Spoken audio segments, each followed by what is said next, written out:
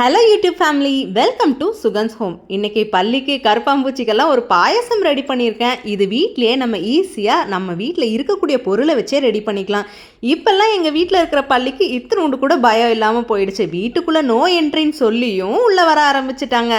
ஆனால் இவங்களை கொல்லாமல் ஈஸியாக துரத்தி விட்டுடலாம். பள்ளியை கொல்றதும் தப்பு தான், ஆனால் துரத்தி விடலாம். வீட்டுக்குள்ளே இருக்கிறது நமக்கும் நல்லது கிடையாது. ஏன்னா இதோட எச்சம் ரொம்ப பாய்சன்.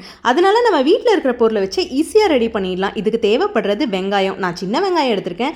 பள்ளிக்கு அறவே ஆகாது, அதனால இதோட ஸ்மெல்லுக்கே அது ஓடி போயிடும். அதனால தான் நான் ஃபர்ஸ்ட் இதை சாய்ஸ் பண்ணது வெங்காயம். அதுக்கப்புறம் பூண்டு தோலோட. வெங்காயம் பூண்டும் சுத்தமாக பள்ளிக்கு ஆகவே ஆகாது, அதுக்கு இரிட்டேஷன் ஆகிடும். அந்த ஸ்மெல்லுக்கே அது போயிடும். இதை நல்லா நைஸாக மை போல் அரைச்சி கொஞ்சோண்டு தண்ணியை சேர்த்துட்டு நல்லா நைஸாக அரைச்சிக்கணும். அரைச்சிட்டு நம்ம வடிகட்டணும். ஏன் வடிகட்டணும்னா, நான் இதை ஸ்ப்ரே பாட்டிலில் ஊற்றுறேன். ஏன்னா ஸ்ப்ரே பாட்டிலில் ஊற்றும் போது அங்கே இங்கேன்னு சிக்கிக்கும். இந்த மாதிரி அரைக்கும் போது நமக்கு ரொம்ப நைஸாக கிடைக்கும். இதை நம்ம ஒரு வடிகட்டியில் வடிகட்டிக்கணும். வடிகட்டினதுக்கு அப்புறம் நல்லா வாஷ் பண்ணிக்கோங்க. அந்த வெங்காயத்தோட ஸ்மெல் ரொம்ப அதிகமாக இருக்கும். இந்த மாதிரி நல்லா வடிகட்டிக்கணும். சாறு எதுவும் விடாமல் நல்லா ஸ்பூனை வச்சு அமுத்தி விட்டோன்னா அந்த சாரெல்லாம் நல்லா இறங்கிடும். நல்லா மிக்ஸ் பண்ணி அதோட சாரை ஃபுல்லாக எடுத்துக்கணும். நம்ம இது கூட இன்னும் கொஞ்சம் தண்ணி சேர்த்திக்க போகிறோம். கையில் போட்டு நல்லா பிழிஞ்சு அதோட சாறு எல்லாமே வந்துடும். இல்லை ஸ்பூனை வச்சு அமுத்தி எல்லாமே எடுத்துருங்க. டெட்டால் ஆன்டிசெப்டிக்னால நான் அரை மூடி டெட்டால் சேர்த்திக்கிறேன். இதை போடுறனால நம்ம ரெடி பண்ணுற லிக்விடுக்கு ஸ்மெல் எல்லாம் வராது. இப்போ பார்த்தீங்கன்னா பாயசம் கன்சிஸ்டன்சி மாதிரி ஆகிடும். நாப்தன் பால்ஸ் யூஸ் பண்ணும்போது மட்டும் கொஞ்சம் கவனமாக இருக்கணும். இந்த லிக்விடை நீங்கள் கிச்சனுக்குள்ளே யூஸ் பண்ணக்கூடாது. நீங்கள் கிச்சனுக்குள்ளே யூஸ் பண்ணுறீங்கன்னா நாப்தன் பால்ஸும் டெட்டாலும் மட்டும் ஸ்கிப் பண்ணிக்கோங்க. வெங்காயத்தையும் பூண்டையும் மட்டும் அரைச்சி தொடர்ந்து 2 நாள் ஸ்ப்ரே பண்ணி விட்டிங்கன்னா பள்ளி எல்லாம் ஓடி போயிடும். அதிக பள்ளி இருந்தால் ஒரு 3-4 நாள் நீங்கள் நைட்டு தூங்க போகும்போது அடித்து விட்டுருங்க. இப்போ நான் கிச்சனுக்கு வெளியில் அடிக்கிறனால நாப்தன் பால்ஸும் டெட்டாலும் சேர்த்திக்கிறேன். நம்ம பொடி பண்ண நாப்தன் பால்ஸை அப்படியே ஒரு ஸ்ப்ரே பாட்டில் ஊற்றிக்கணும். நல்லா பொடி பண்ணணும். இல்லைனா ஸ்ப்ரே பண்ணுறதுல போய் அங்கே இங்கேன்னு சிக்கிக்கும். நம்ம பவுடர் பண்ணதை உள்ளே போட்டுக்கணும். சேஃப்டிக்கு குழந்தைங்க கையிலலாம் படாமல் இருக்கணும். அதே மாதிரி நீங்கள் ஸ்ப்ரே பண்ணும்போது காலையில் வீட்டை ஒரு தொடச்சி விட்டுருங்க. ஸ்மெல்லெல்லாம் எதுவுமே இருக்காது. கொஞ்ச நேரத்துலேயே ஸ்மெல்லெல்லாம் போயிடும். இதை நம்ம அப்படியே ஒரு ஸ்ப்ரே பாட்டிலில் ஊற்றிட்டு நமக்கு எங்கெல்லாம் பள்ளி அதிகமாக இருக்கோ நீங்கள் அங்கெல்லாம் யூஸ் பண்ணலாம். ஆனால் மறக்காமல் கிட்ஸ் கிட்ட இருந்து கொஞ்சம் தள்ளி வச்சுருங்க. ஏன்னா இது சேஃபர் சைடும் பார்க்கணும். பள்ளி கருப்பாம்பூச்சிக்கெல்லாம் நான் தனித்தனியாக எதுவுமே பண்ணுறதில்ல. காசு கொடுத்து அதிகமாக நம்ம கெமிக்கல்ஸ் எல்லாம் பண்ணுறதை விட வீட்டில் இருக்கிற பொருளை வச்சு இந்த மாதிரி ஒரு ஸ்ப்ரே ஈஸியாக ரெடி பண்ணிக்கலாம். தண்ணி மட்டும் எக்ஸ்ட்ரா கொஞ்சம் ஊற்றிக்கோங்க. நம்ம ஸ்ப்ரே பண்ணி அடிக்கும்போது பள்ளி அந்த ஸ்மெல்லிலேயே ஓடி போயிடும்.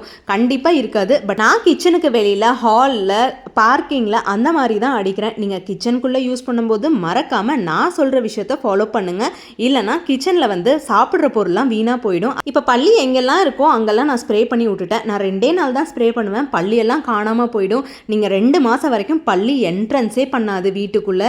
இந்த மாதிரி ட்ரை பண்ணி பாருங்கள். ரொம்ப சிம்பிளாக வீட்டில் இருக்கிற பொருளையே செலவு கம்மியாக நம்ம வீட்டிலே லிக்விடை ரெடி பண்ணிக்கலாம். ஹார்ஷான கெமிக்கல்ஸ் இல்லாமல் ட்ரை பண்ணி பாருங்கள். இது கண்டிப்பாக சக்ஸஸ் ஆகும். நான் அடிக்கடி பண்ணுற வேலை தான்.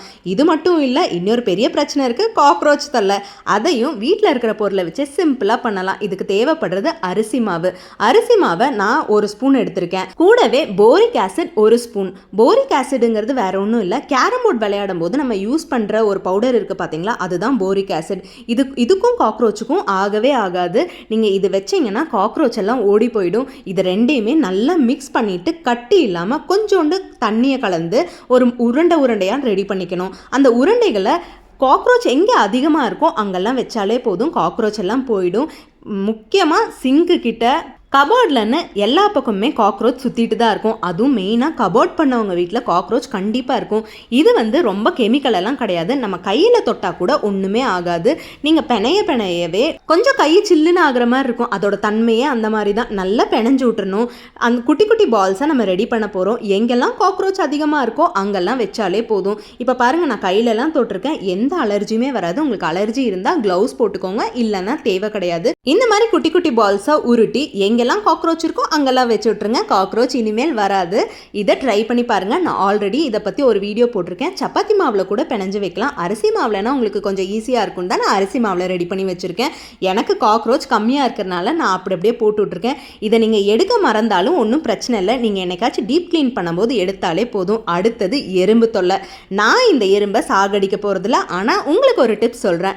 இது சாமி எறும்பு. எனக்கு எந்த தொல்லையுமே பண்ணுறதில்ல. அது பாட்டுக்கு சிவனேன்னு சாமி கிட்ட இருக்குது, நம்ம ஏன் போய் அதை கொல்றது? போரிக் ஆசிடோட மஞ்சத்தூளை கலக்கி அது வர்ற இடத்துல போட்டுட்டிங்கன்னா கண்டிப்பாக எறும்பு தொல்லையெல்லாம் இருக்காது. இந்த டிப் எனக்கு தேவையில்லை, ஆனால் தேவை இருக்கிறவங்களுக்கு கண்டிப்பாக இது யூஸ் ஆகும்னு சொல்லி தான் இதை சொல்கிறேன். இந்த வீடியோ பிடிச்சிருந்தா லைக் பண்ணுங்கள், ஷேர் பண்ணுங்கள், மறக்காமல் சப்ஸ்கிரைப் பண்ணுங்கள். இந்த வீடியோ தேவைப்படுறவங்களுக்கு கண்டிப்பாக யூஸ் ஆகும். தேங்க்ஸ் ஃபார் வாட்சிங்.